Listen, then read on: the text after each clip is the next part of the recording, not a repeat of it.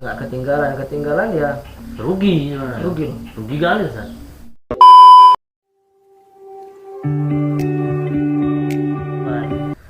Ya, assalamualaikum warahmatullahi wabarakatuh. Welcome back to channel Selendang Hijau. Kebiasaan saya kali Ustaz. di follow juga, di subscribe juga Channel saya Kling. Insya Allah kita selalu kolaborasi. Perkara iman, jangan perkara duit. Beda, udah nggak ada duit soal kita ini. I am the one, the way your son don't need a gun to get me. Jangan perkara duit. Jangan lah, bahaya Ustaz. Nope. Jadi anak mau nanya nih Ustaz. Kan tadi itu baru ada orang meninggal kan.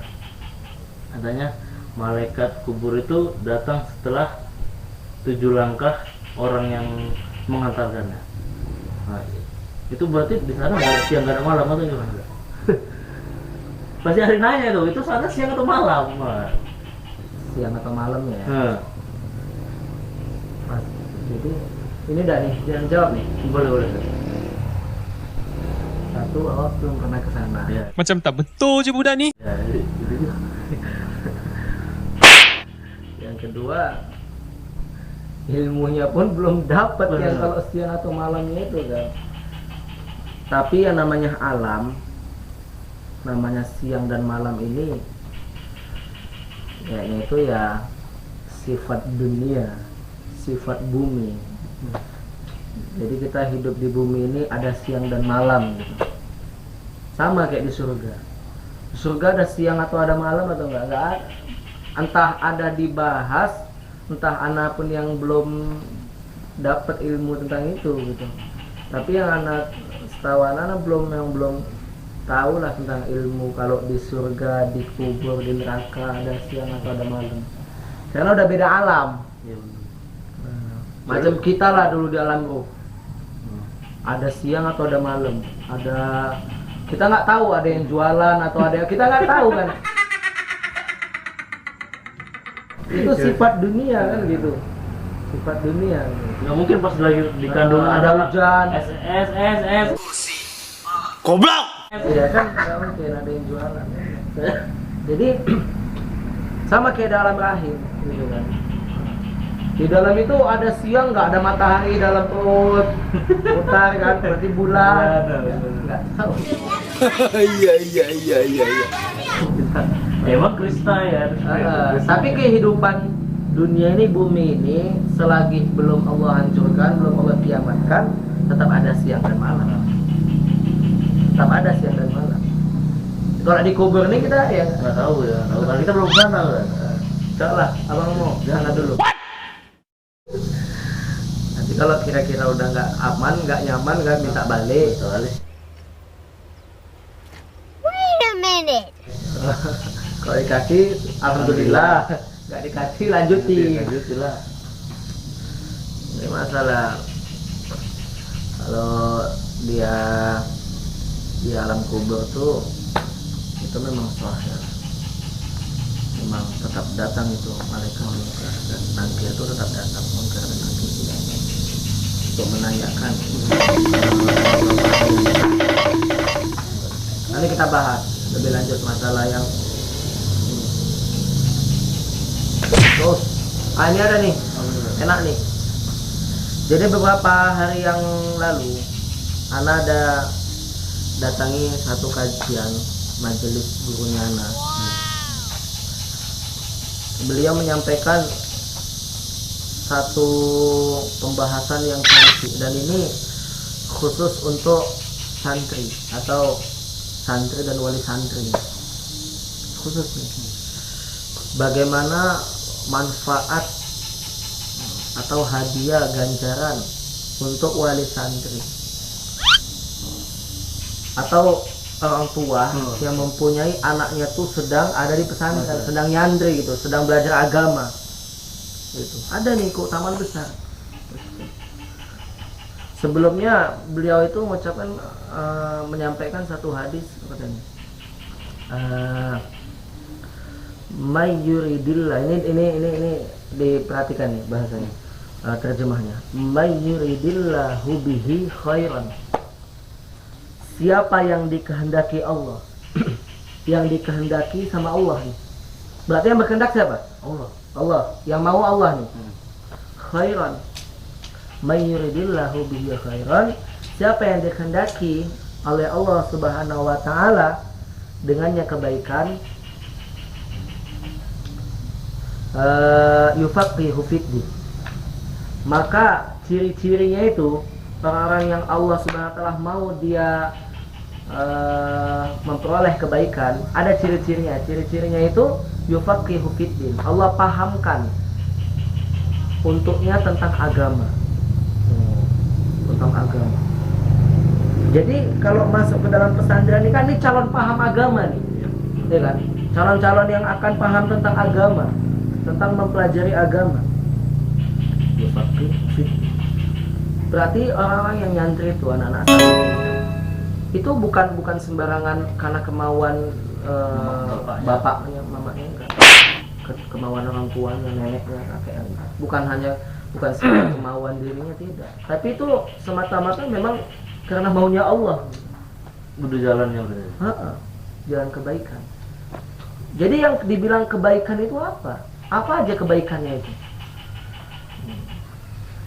Jadi anak dengan orang tua ini nggak bisa dipisahkan, baik antara keluargaan. Maka kalau ada ini suami istri, kan ada namanya tuh mantan istri. Oh, mantan istri. Ya kan?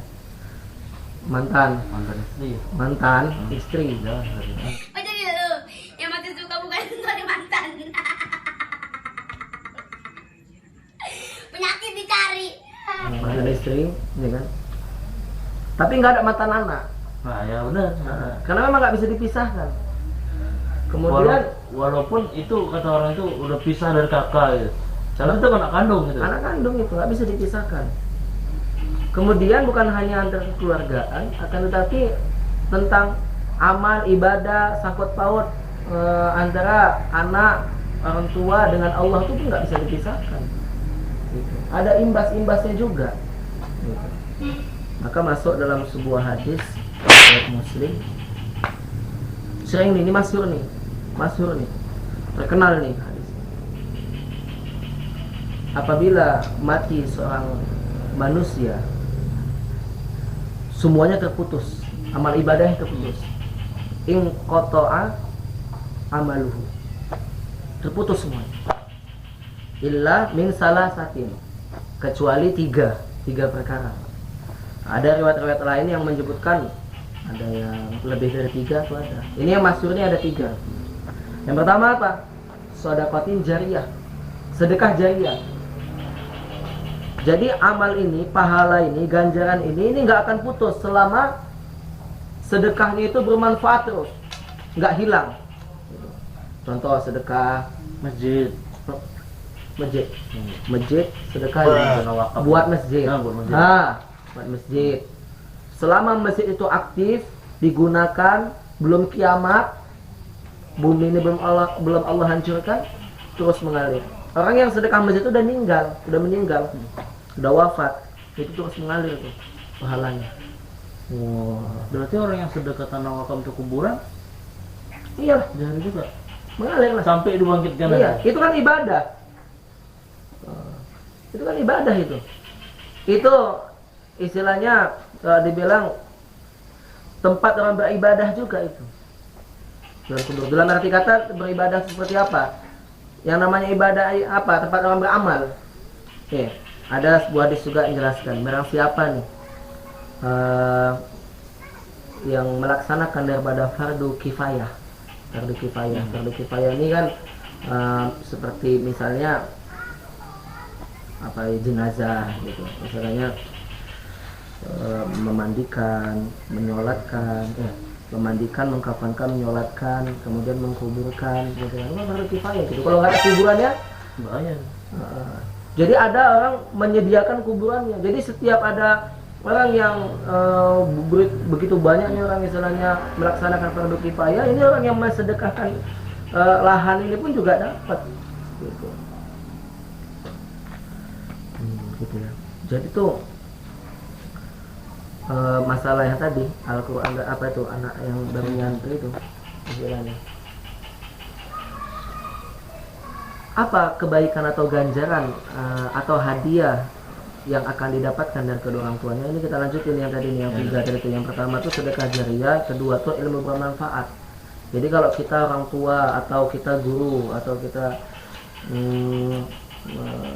iyalah guru kiai atau apa kan, mengajarkan beberapa ilmu ke murid-murid kita, ilmu kebaikan ya, bukan ilmu apa sunggokong.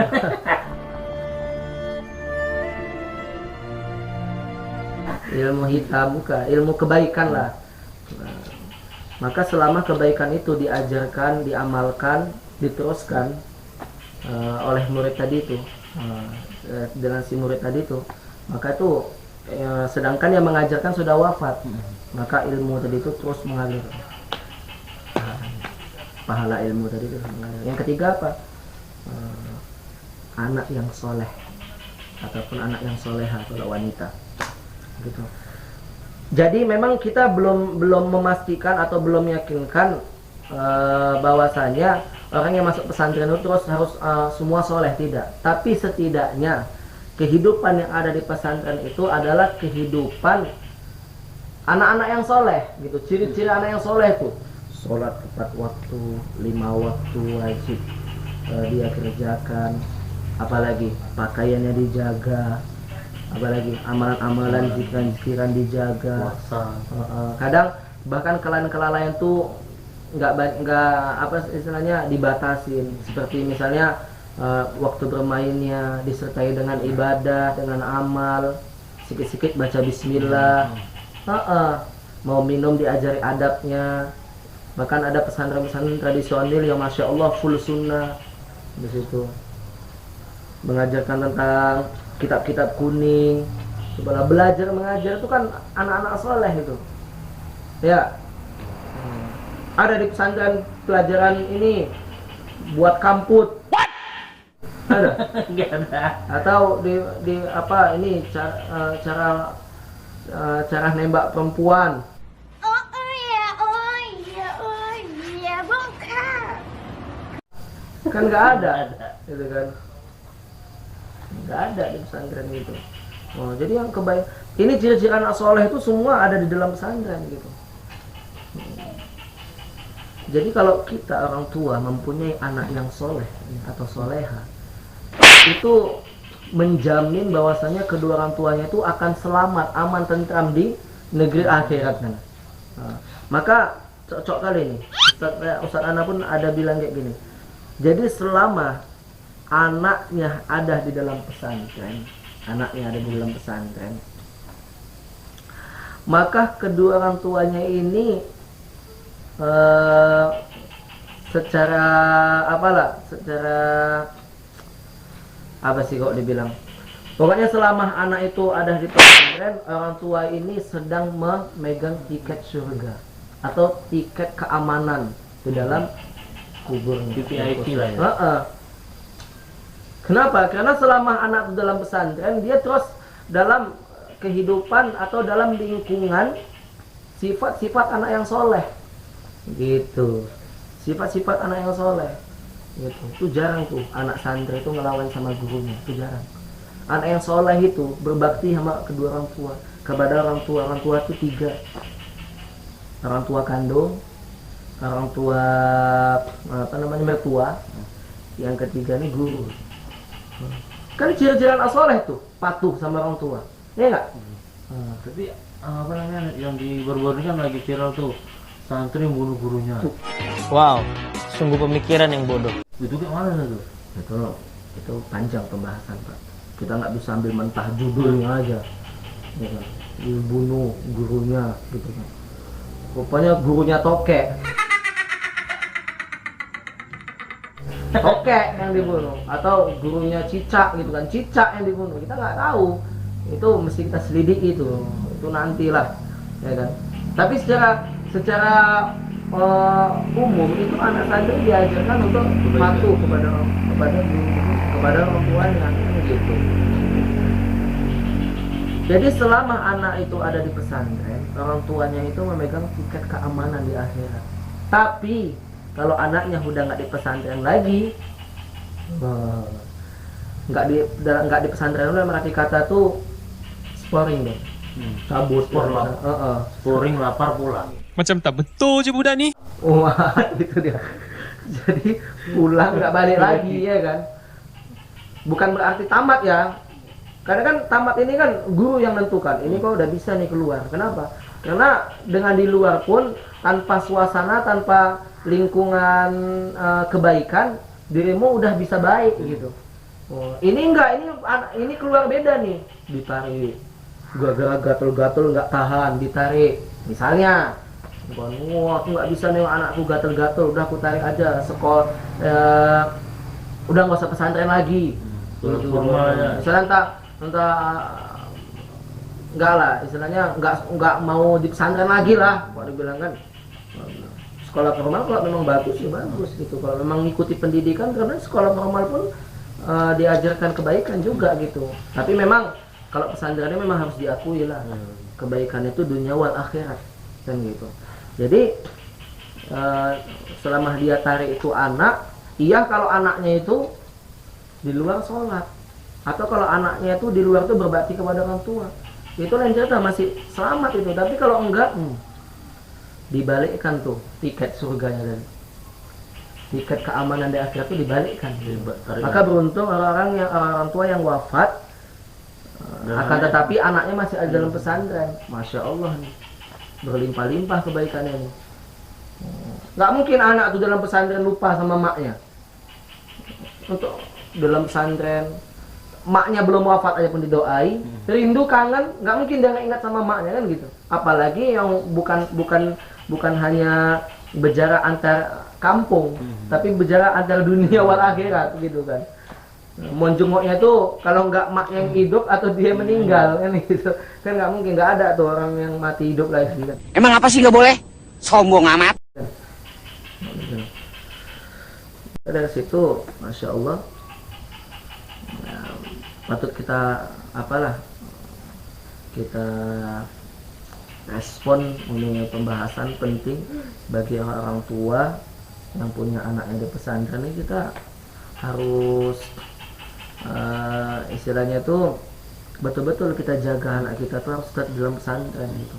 Ada keluhan apapun, ada tantangan apapun di pesantren, ujian, cobaan, baik itu dari penyakit, dari teman, dari apalah, semua masalah betah nggak betah dari segi makanan, ya kan? Kesusahan-kesusahan di pesantren bukan berarti kita terus tarik dia, tidak. Kita kuatkan lagi. Itulah tantangan, itulah hidup. Jadi, kalau ketika dia di luar pun dia nggak akan ada satu pembahasan lagi bang, ada satu perkataan seperti ini. Biarlah kita nangis-nangis karena anak kita ada di pesantren karena rindu. Biarlah kita nangis-nangis karena rindu dikarenakan anak ada di pesantren. Biarkan, daripada kita nangis-nangis, kita tarik tuh anak dari pesantren, ya kan, kita nggak mensantrenkan dia lagi, daripada kita nangis-nangis 10 tahun ke depan karena anak kita jauh dari agama, terus yang narkoba lah, yang bercewek lah. Oh, anakku baik, nggak narkoba, nggak mencuri, tapi bercewek nih. Emang apa sih nggak boleh? Sombong amat. Oh, di akhirat nggak selamat tuh anak tua tuh. Biarkan ya nggak sholat pula. Gitu. pas lagi berzina, dead. Goblok! Janganlah. Lebih bahaya lagi. Jauh-jauh rumah dari kayak gitu. Jadi itulah manfaat bagi orang tua yang anaknya itu ada dalam pesantren. Apalagi anaknya itu hafiz Quran, mengamalkannya, menjaganya, Tiap malam dijaganya Al-Quran tuh, diamalkannya isi kandungan Al-Quran. Yang hak dia bilang hak, yang batil dia bilang batil. Masya Allah, ini pembahasan panjang nih. Kita mainkan di video kedua nih nanti insya Allah. Maka kepada saudara-saudaraku yang bukan Allah Subhanahu Wa Taala harus tetap stay tune. pantau nih konten akun ini, kita pantau dengan cara klik tombol lonceng. Nah, jadi ada info-info tentang apa namanya, Pembahasan ringan. konten-konten ini antum-antum sekalian tahu gitu, Biar nggak ketinggalan. biar nggak ketinggalan ya Rugi. rugi. Rugi kali. Goblok! Memang ya. Karena kan kalau dibilang kan daripada ngabisi kuota yang ditengok orang joget-joget. Astagfirullahaladzim. Kajian atau nengok sholawatan. Nah, Ya, boleh. Jadi support kami juga, kalau ada yang kurang-kurang boleh dikomentarin dengan sopan. Insya Allah apa itu kejelekan, insya Allah kami ubah pelan-pelan. Kalau itu kebaikan boleh di like, kemudian di share, dan yang belum subscribe tolong di subscribe. ini ada di bawah ini ya. Kalau mau nomor rekening juga ada di bawah ini. Insya Allah. Ya, kadang demikian bisa sampaikan, mudah-mudahan bisa menjadi manfaat untuk kami khususnya dan kepada kita semua. Wabillahi taufiq wal hidayah. Wassalamualaikum warahmatullahi wabarakatuh. Bye.